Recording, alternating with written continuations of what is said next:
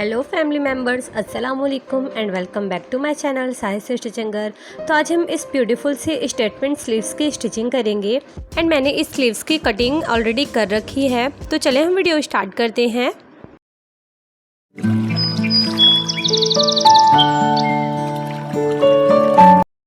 तो सबसे पहले हमने कट वर्क को रेडी करना है। तो इस तरह से मैंने 2 लाइंस खींच रखी हैं।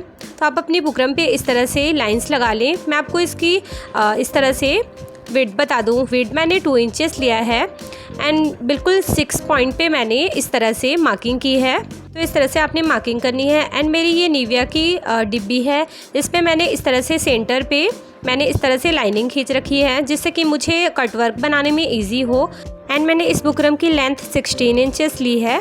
तो इस तरह से हमने लाइनिंग पे इस तरह से ब्लैक वाली लाइनिंग को मिलाकर रखना है एंड सिंपली हमने इस तरह से इस पर मार्किंग करनी है। ये देखें, ये बहुत इजी वे में मैं आपको कट वर्क बनाना बता रही हूँ। तो इस तरह से आपने कट वर्क बनानी है। ये वाली लाइन पे आपने इस तरह से ब्लैक वाली लाइन को इस तरह से जमा कर रख लेना है आपने।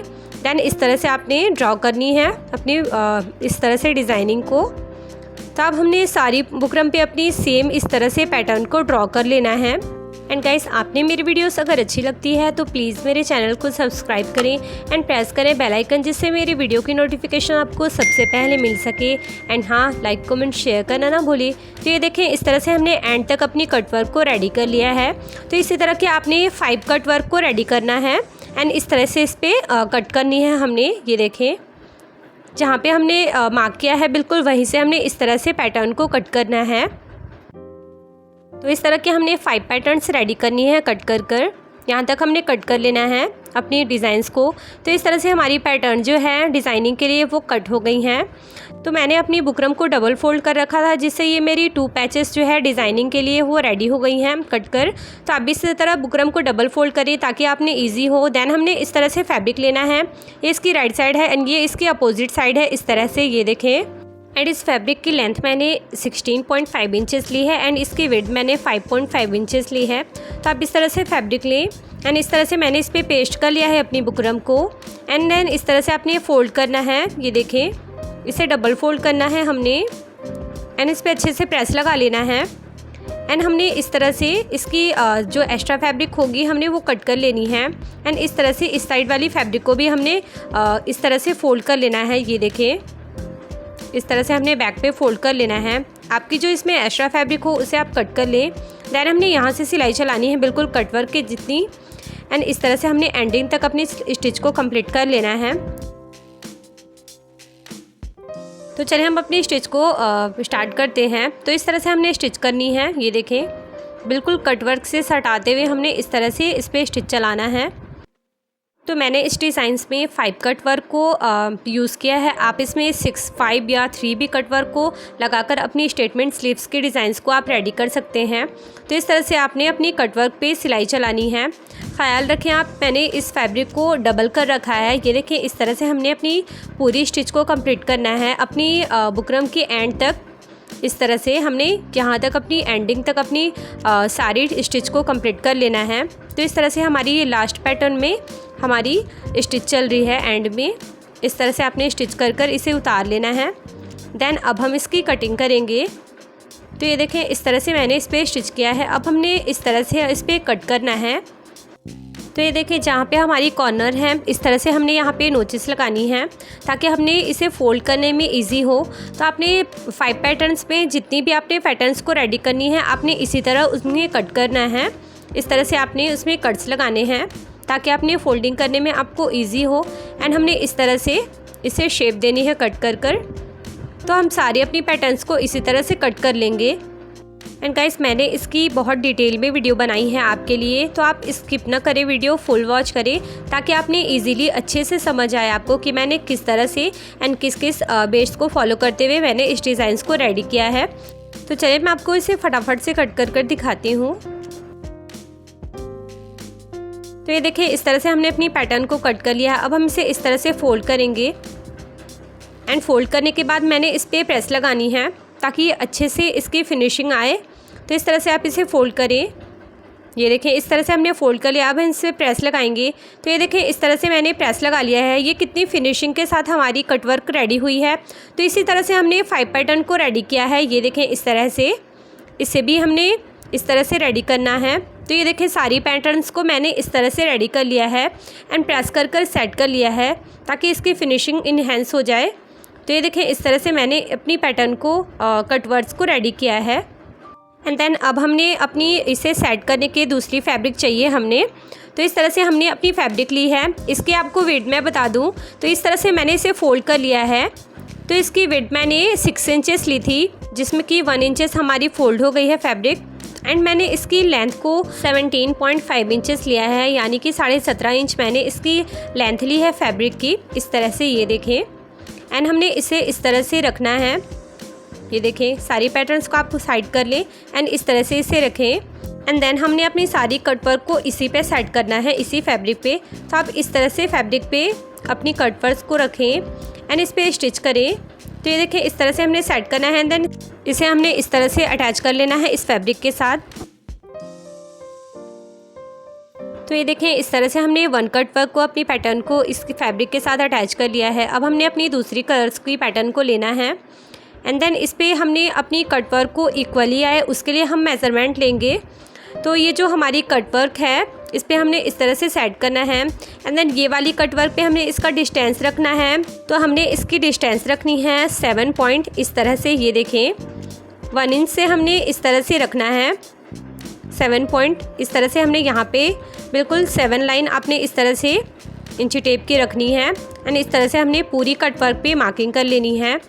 ये प्रोसेस हम अपनी सारी पैटर्न्स को लगाते टाइम करेंगे ताकि हमारी जो पैटर्न की डिस्टेंस है वो बिल्कुल इक्वली आए हमारी पैटर्न्स पे। तो इस तरह से हमने अपनी सारी पैटर्न्स पे मार्किंग कर लेनी है एंडिंग तक। स्टार्टिंग से एंड तक हमने इस तरह से सारी कटवर्क पे हमने मार्किंग कर लेनी है। ये देखें आपको दिखाई नहीं देगी इसलिए मैंने इस तरह से डबल स्काई कलर की चौक से मैं आपको बता रही हूँ ताकि आपने अच्छे से समझ आए। ये देखें इस तरह से मैंने इस पर मार्किंग कर लिया एंड देन हमने अपनी कटवर्क को पैटर्न को इसी मार्किंग पे इस तरह से सेट करना है। ये देखें इस तरह से हमने इस पे सेट करना है एंड देन स्टिच करनी है हमने। इस तरह से आप सेट करें एंड देन स्टिच करें इसे।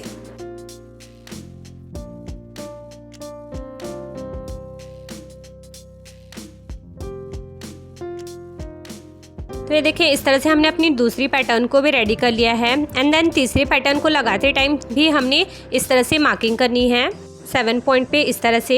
ये देखें मैंने मार्किंग कर लिया है। अब हम इसी मार्किंग पे अपनी पैटर्न को इस तरह से सेट करना है हमने एंड देन स्टिच करना है। एंड गाइस आप इसकी डिस्टेंस अपनी चॉइस के अकॉर्डिंग कम या ज़्यादा कर सकते हैं। तो मैंने इस तरह से 7 पॉइंट पे मैंने इस तरह से इसकी डिस्टेंस रखकर इसे स्टिच किया है।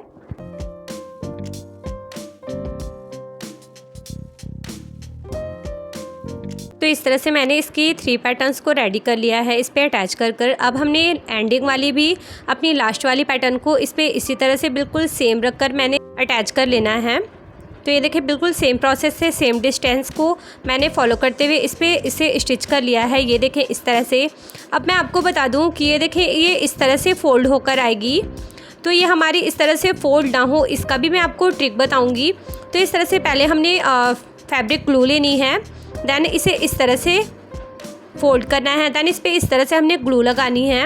एंड गाइस मैं आपको बता दूं कि ये ग्लू फैब्रिक बहुत अच्छी होती है जिससे कि सूखने के बाद इसकी बिल्कुल भी कलर नहीं दिखती है कि हमने इसे फैब्रिक में चिपकाया है, ग्लू लगाया है।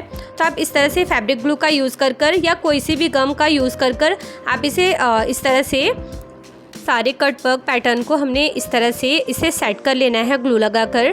तो इस तरह से हमने ग्लू लगानी है।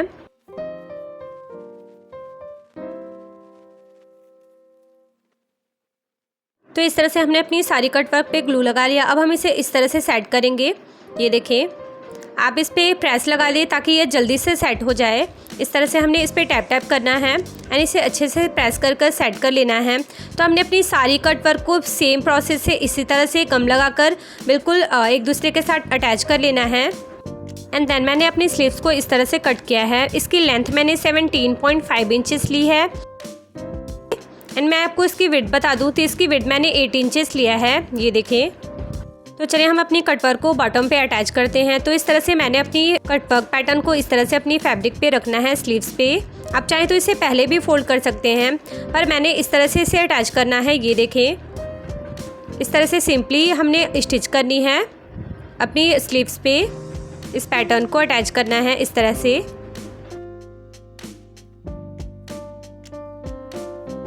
तो इस तरह से हमारी पैटर्न जो है वो अटैच हो गई है। ये देखें, यहाँ पे आप इस पे इस तरह से टॉप की स्टिच चलाएं। ये देखें, इस तरह से आप इसे फोल्ड कर लें बैक वाली फैब्रिक को।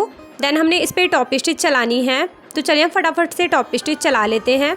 ये देखें, इस तरह से हमने टॉप स्टिच चलाकर इसे रेडी कर लिया है। एंड हमारी स्लीव्स का फाइनल लुक कुछ इस तरह से आया है रेडी होकर। तो आप इसकी कॉर्नर पे बीड्स भी अटैच कर सकते हैं, बट मैंने इसे इस तरह से सिंपल ही रखा है। मैंने इसको सेम एज इट इज़ अपनी दूसरी स्लीव्स को भी रेडी किया है। तो ये देखें, इसका लुक कुछ इस तरह से आया है।